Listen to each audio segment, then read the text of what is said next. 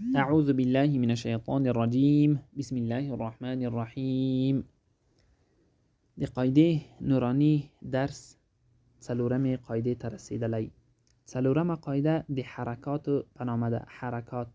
حرکات اوس تشریح کوو چې حرکات یعنی چی دي، څو حرکتونه په قرآن کریم کې لرو او په کوم قسم لیکل کیږي، په کوم ځای کې لیکل کیږي، د حرف په کوم ځای په کومه حصه کې لیکل کیږي. دغه تلفظ او اجرا به ان شاء الله تاسو اطفال ټول زده کړئ. په قرآن کریم کې درې قسم حرکات لرو: یو زبر، یو زیر، یو پیش. زبر، زیر، پیش، دا درې حرکتونه دي. اې دې نه خواته نور حرکت په قرآن کریم کې نشته. زبر ته په علم تجوید عربی کې فتحه وایي، زیر ته کسره او پیش ته ضمه. فتحه، کسره، ضمه.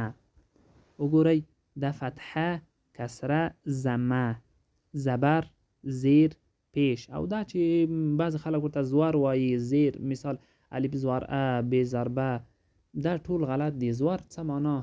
هیڅ معنا نه لري. نو زبر اصلي نوم یې دی، زبر، همزه زبر. او دغه حرف ته تاسو وګورئ، دا الف نه دی لیکلی، الف دی، ځکه هلته په مرکبات حروف کې ویل چې حمزه په قسم د الف هم لیکل کی، واو هم او یا هم. نو هغه الف دی چې نه زیر لري، نه پیش، نه زبر، هیڅ هم نه لري، نه ساکن نه شد لري. هغه الف دی. او کم حرف، کم الف چې زبر یا زیر یا پیش ولرلو، هغه حمزه ده. حرکات په قرآن کریم کې په دوه قسمو دي. په لهجه کې یعنی یو معروف یو مجهول. مجهول په د پښتو او فارسی ژبه کې چې خلک تلفظ کوي، او معروف هغه یعنی معلوم حرکات. هغه په قرآن کریم کې په عربي اصطلاح کې په کوم قسم ویل کیږي، هغه به ان شاء الله زه تاسو ته وښیم. کوم قسم چې د نبی علیه السلام نه یعنی اهل قراء تر حقیر پورې را رسولي دي، ان شاء الله هغه صحیح تلفظ به هم زه تاسو ته وکم، او غلط تلفظ چې خلک کوي هغه به هم درته وکړم چې څومره فرق لري.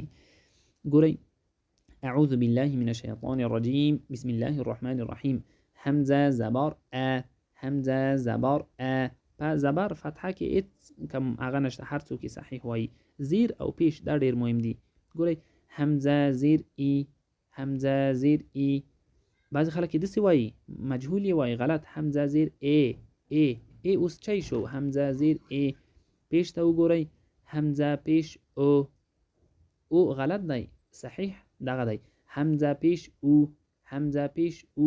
ځکه چې د واو نه جوړ شوی دی، نو باید معروف او ویل شي. ا ای او، ا ای او. او په دې قسم بیا غلط دی. ګورئ زه غلط هم وایم، ا ای او، ا ای او، غلط دی، ا ای او.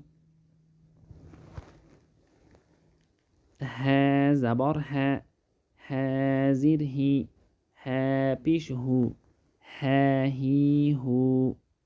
درس ته همدې ځای کفایت کوي. ان شاء الله بعدی شرح به په بل کلیپ کې وکم، ځکه په واتس اپ کې دې نه زیات لیږل کیږي نه، ولسو ام بي نه. ان شاء الله بل شرح کې بیا بعدی شرح وشي. السلام علیکم.